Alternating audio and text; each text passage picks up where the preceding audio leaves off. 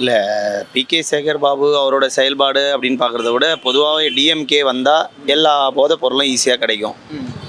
கொள்ளை கற்பழிப்பு இந்த மாதிரியான விஷயம்லாம் ரொம்ப ஈஸியாக நடக்கும். ரொம்ப ஸ்டேஷனு அராஜகம் இது எல்லாமே நடக்கும்.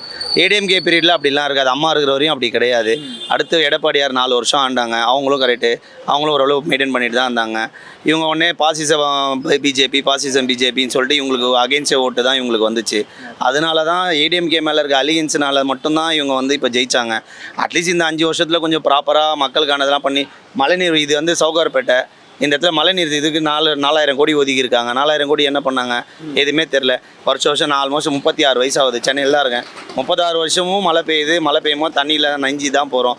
வருஷம் எங்கள் ஏரியாவில் வட சென்னையில் நாங்கள் போட்டில் தான் போகிறோம். வருஷம் போட்டில் தான். அடுத்து வேறு ஏதாவது புதுசாக ஒருத்தர் வந்திருக்காரு, சினிமாவில் சம்பாரிச்சது போக இதில் ஏதாவது சம்பாதிக்கலாமான்னு வராரா, இல்லைனா சம்பாரிச்சதை சேர்த்து வைக்கலான்னு வராரான்னு தெரில. அவரும் வர்றாரு, வந்தால் தான் தெரியும். ஆனால் அவருக்கெலாம் வாய்ப்பு கொடுக்குறதுன்றது வேஸ்ட்டு தான். ஏன்னா அவர் பர்சனலாக அவரை பார்க்கும் போதே நமக்கு தெரியுது இவர் மக்களுக்கான தலைவராக என்னன்னு கேட்டிங்கன்னா கிடையாது. எடப்பாடியார் மக்களுக்கான தலைவர், கலைஞர் மக்களுக்கான தலைவர், எம்பி கனிமொழி மக்களுக்கான தலைவர், அவங்களெல்லாம் ஏற்றுக்கலாம். இப்போ ஒரு சின்னவர் வந்திருக்காரு. சின்னவரெலாம் செயல்பாடு ஒன்றும் இல்லை. ஃபுல்லாக 3 ஃப்ரெண்ட்ஸுங்களை வச்சு இப்போ ரீசெண்டாக பாருங்கள் யூடியூப்பில் 3 ஃப்ரெண்ட்ஸுங்களை வச்சு இது பண்ண ஒருத்தர் சவுக்கு சங்கன்னு ஒருத்தர் எடுத்து சொல்கிறாரு, இந்த மாதிரிலாம் நடக்குது, இந்த மாதிரி அரசியல் இப்படிலாம் நடக்குது இப்படின்னா அவர் வீட்டில் போய்ட்டு சாக்கடை இது எது மாதிரியான ஒரு அரசியல்?